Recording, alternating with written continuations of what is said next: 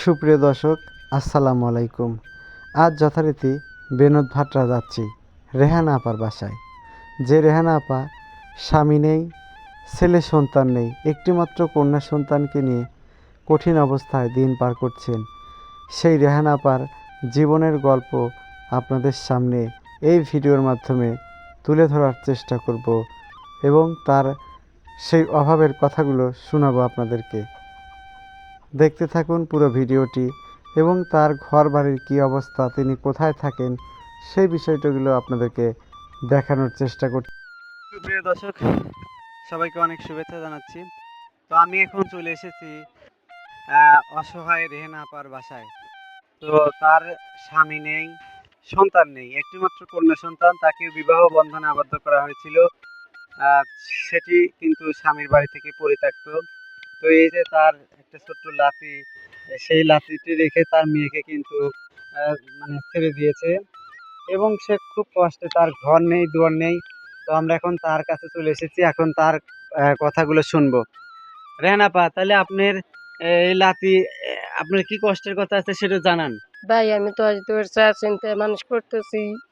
আমার স্বামী নাই, আমার বাপ নাই, আমার মা নাই, আমার বেটা বাপ নাই। আমার একটা মেয়ের বিয়ে হয়েছিল, ছেড়ে দিছি। আমি খুব কষ্টের দিন যেতেছি। আপনার ঘরে কিছু যদি আপে কিছু আসে, তা আমাকে আল্লাহ কিছু সাহায্য করে।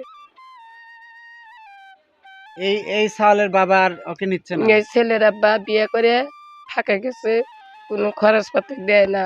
আজ আমি 4 বছর ধরে আমি তো খুব কষ্ট করে মানুষ করতেছি এই মাকে বেটি চা চিনতে।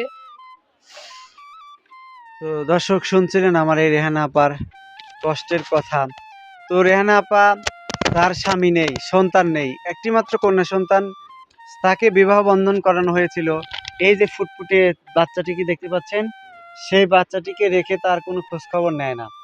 তো কোনো মতো দিন এনে দিন খায় আমার এই রেহানা আপা। ঘর নেই, দেখতে পাচ্ছেন অঝরে চোখের পানি ফেলছেন। একজন মানুষ কখন কান্না করে? যখন তার প্রচন্ড কষ্ট থাকে তখন তার ভিতরে কান্না চলে আসে। তো আসলে আমি আপনাদের দোয়ায় ছোট ছোট কাজগুলো করার চেষ্টা করছি। তো এই বাচ্চাটির আসলে বাবা বেঁচে থেকেও নেই, তার কোনো খোঁজ খবর নেয় না।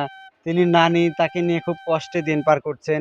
তো সেই রেহানা আপার বাসায় আমি আমার যে আসছে আজকে আপনাদেরকে দেখানোর জন্য।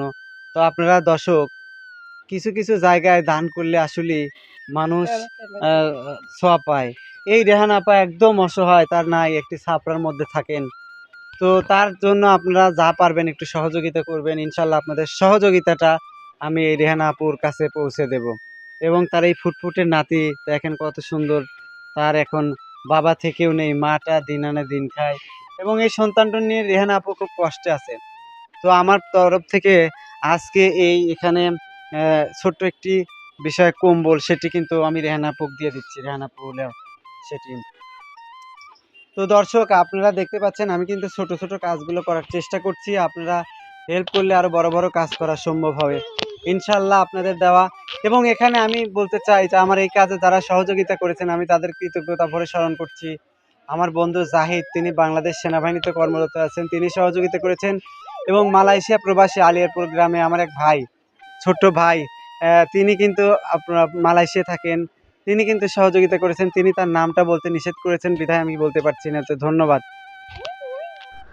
আমার ভিডিওগুলো আপনাদের কেমন লাগে? ভালো লাগলে অবশ্যই লাইক দিবেন, শেয়ার দিবেন, পাশে থাকবেন ফ্রেন্ডস গ্রুপ 33 ইউটিউব চ্যানেলের সাথে।